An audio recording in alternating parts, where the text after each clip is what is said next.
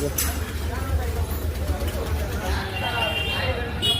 Friends, ఈ వీడియోలో చూపిస్తున్న వెహికల్ హోండా BSX. ఈ వెహికల్ అయితే స్టార్ట్ అవ్వట్లేదు. కస్టమర్ మా దగ్గరకు అయితే తీసుకొచ్చారు. సో ఇలా స్టార్ట్ అవ్వని టైంలో మనం మెయిన్గా చెక్ చేయాల్సింది కరెంట్, అలాగే ఫ్యూయల్ సప్లై. మేమైతే వెనకాల డిక్కీ అయితే ఓపెన్ చేసి చెక్ చేస్తే ఫ్యూయల్ సప్లై అయితే రావట్లేదు.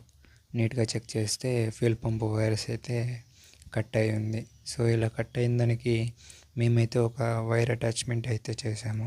వైర్ అటాచ్మెంట్ చేసి ఫ్యూయల్ పంప్కి అయితే కనెక్ట్ చేసాము. సో వెహికల్ అయితే పర్ఫెక్ట్గా స్టార్ట్ అయింది. సో ఇది వర్షం పడుతున్న టైంలో తీసాం కాబట్టి ఫుల్ వీడియో అయితే తీయలేకపోయాము. సో ఇలా ఎమర్జెన్సీ టైంలో ఫ్యూయల్ పంప్ ఏమన్నా వస్తే ఫ్యూయల్ పంప్